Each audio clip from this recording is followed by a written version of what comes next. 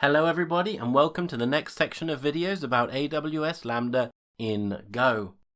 Today we are going to be talking about using your own domain. Now of course this is important because you don't want people to have to come and see your site by typing in a rather long ARN or anything that would make it rather complicated for them to get to your site. And also for your own code it'll be a lot easier to read it if when you call a Lambda function, you don't have to give a really complicated name, but you can instead give a URL which includes your domain name and just one extra word, maybe the name of your function. To get started with this, we're just going to make a simple static website, and we're going to host that in an S3 bucket and point a subdomain of storyfeet.com at that bucket. So first, let's make that site, shall we? Now, I'm not going to teach you how to write HTML. Suffice to say, we will need a title on the page, some text, and for testing purposes, a link of some kind. And this will be just a local link to more.html. We'll also make that more.html.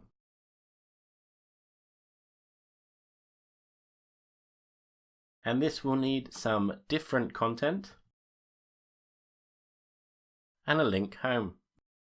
Now we're going to need our bucket, so we'll just make one, minisite.storyfeet.com, and we'll want to copy our files into that. AWS S3 CP recursive .dash for here. And we will copy that into s3:minisite.storyfeet.com.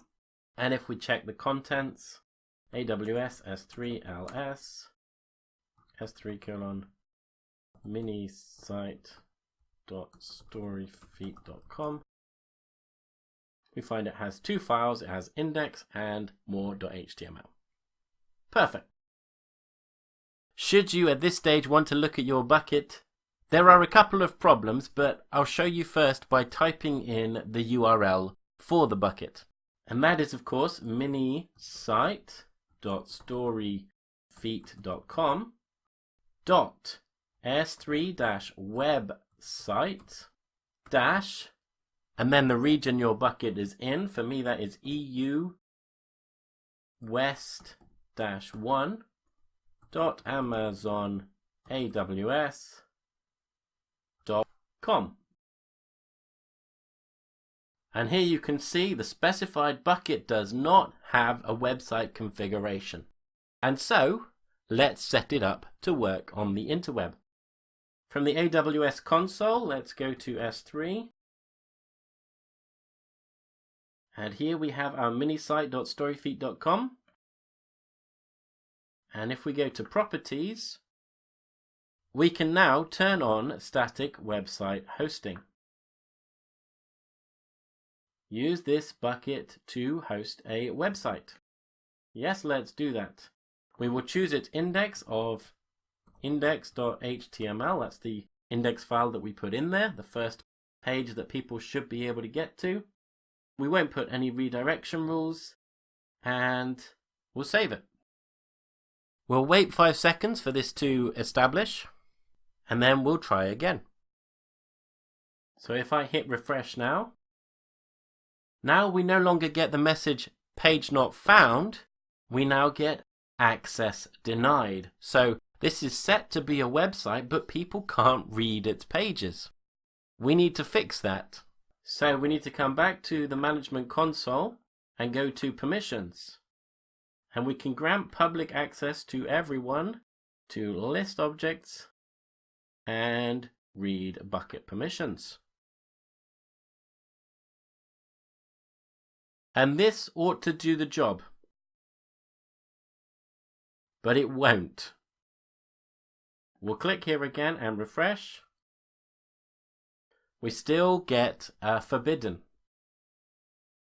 We still have one more thing to do in order to make this work.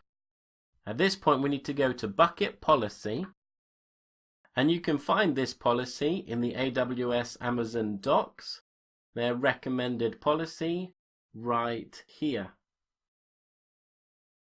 So I'm just going to copy this policy from docs.aws.amazon.com/Amazon S3 latest dev, and then it's website hosting custom domain walkthrough.html. So we'll copy this.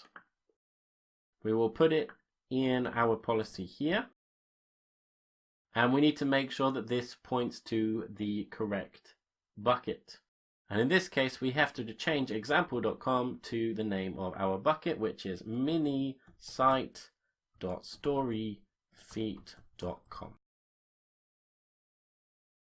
And Amazon will complain and say, you have provided public access to this bucket. We highly recommend you never grant any kind of public access to your S3 bucket. Which might seem odd because it's the policy that they specifically recommend. Still, if we save this, now when we type in the URL, we get our mini site. And if we click on more stuff, we get the more stuff page and we can go back home. But we want to see more than this. We want this to work on our own domain. And so I'm going to go to my own domain and I am going to add a Cname record. And this is for minisite.storyfeet.com. And this is a Cname record. And we will replace that with the full text of our reference here. And we will add that. Get rid of that HTTP. And of course, we'll have to wait a minute or two for this to propagate. But now, if we open a new tab and we type minisite.storyfeet.com and push enter, we now find our mini site with more stuff working as expected. You will of course notice that there is no HTTPS security in this because Amazon cannot vouch for a domain that it does not recognize.